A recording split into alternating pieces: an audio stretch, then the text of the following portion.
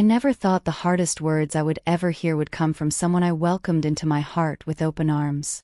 My name is Margaret, and for 32 years, I poured everything I had into building a life my family could be proud of. After my husband passed away 15 years ago, I made a promise to myself and to my only son, Daniel.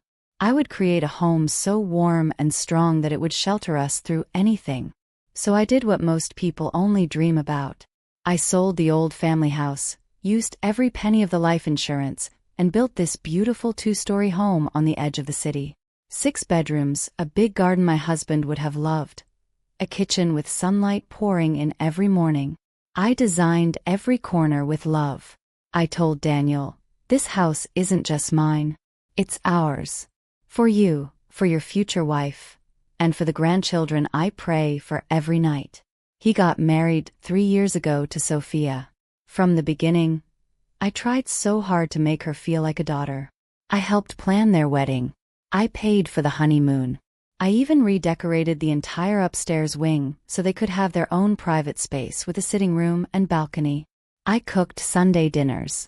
I watched their favorite shows with them. I listened when Sophia complained about her stressful job. I was there. Always. For the first 2 years, everything felt like a beautiful dream. We laughed together. We planted roses in the garden together. Sophia would hug me and say, "You're the mother I always wished for."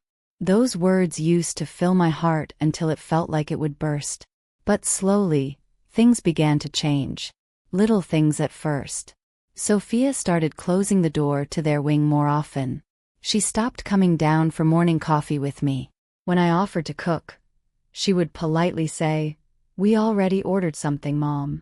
She started calling me Mom less and less, and more often just Margaret.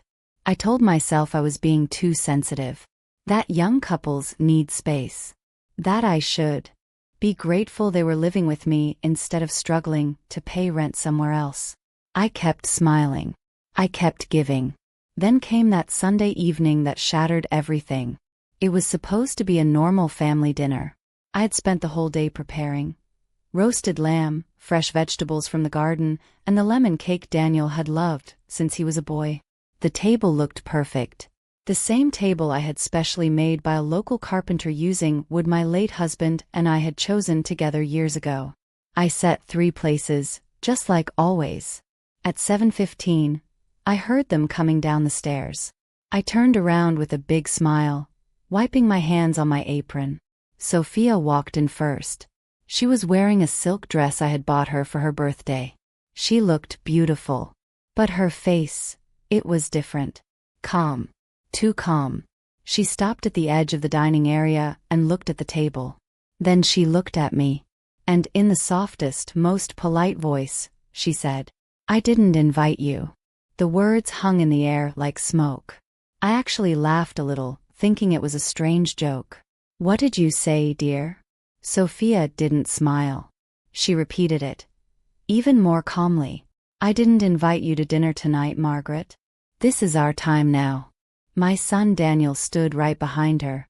He didn't say anything. He wouldn't even look me in the eyes. I felt the ground shift beneath me. This was my house. My table. My food. My life. And my daughter-in-law was telling me I wasn't welcome at my own dinner table. I stood there frozen, still holding the bowl of roasted vegetables, as Sophia gently took it from my hands, placed it on the table, and said, "You can go upstairs now. We'll clean up later." That moment changed everything. Because that wasn't just a dinner rejection. That was the beginning of the end of the family I thought I had built. The days that followed were some of the loneliest of my life. I tried to speak to Daniel privately the next morning. I found him in the garden, drinking coffee. I asked him gently, "Son, what is happening? Why did Sophia say that to me?" He sighed like I was the one being difficult. "Mom, things are changing. We're married. We need our own space. Sophia feels like this is still your house, and she's not wrong. But I built it for us," I whispered, my voice breaking. "For all of us." He shrugged. "Maybe it's time we make it our own."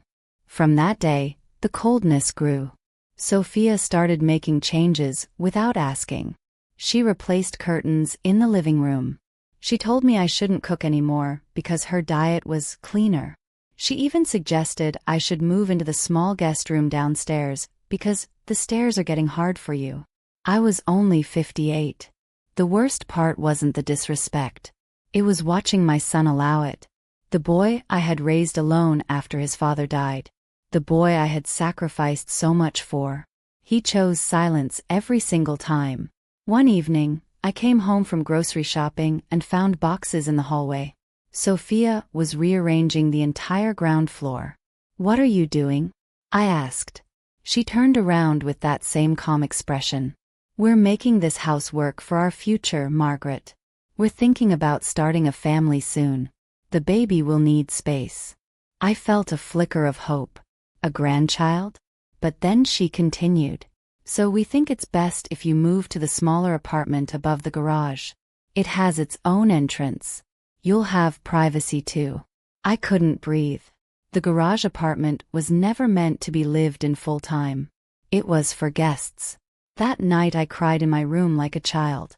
I felt so small. So unwanted. So betrayed by the two people I loved most in this world. I started noticing other things. Sophia had changed the Wi-Fi password. She had removed some of my family photos from the walls. When friends came over, she introduced the house as our home and barely mentioned me. The final blow came 2 months later. I received a letter from a lawyer. Sophia and Daniel had consulted someone about property rights. They wanted me to sign over a portion of the house to them. They claimed that since they had been living here and maintaining it, they had contributed. My own son was trying to take my house from me. I sat on my bed holding that letter, shaking. All the years of love, sacrifice, and dreams felt like they were burning in front of me. But something else happened that night. Deep inside my broken heart, a quiet voice whispered, "Enough." I was done being the kind, understanding, invisible mother. I was done being erased in the house I built with my blood, sweat, and tears that I didn't scream. I didn't cry in front of them. Instead, I started planning. Quietly. Carefully. First, I met with my own lawyer, a sharp woman who had handled my husband's estate years ago. She reviewed everything and gave me the best news I had heard in months. The house was 100% in my name. There was no joint ownership. Nothing they could legally claim. I had the power all along. I began making small changes of my own. I changed the locks on the main doors while they were away for the weekend. I moved some of my most precious furniture into storage. I quietly transferred the utilities back into my name only. Then I waited. 2 weeks later, they returned from their trip. When they tried to open the front door and couldn't, they rang the doorbell angrily. I opened the door calmly, just as Sophia had done that night. I looked at both of them and said softly, "I didn't invite you in." The look on Sophia's face was something I will remember forever. Pure shock. "Margaret, what is this?" she demanded. I stood tall in the house I had built. "This is my home. I have decided that it no longer works for all of us. I'm asking you both to leave by the end of the month. You have 30 days. Daniel looked devastated. "Mom, you can't do this." "I can," I said gently. "And I am."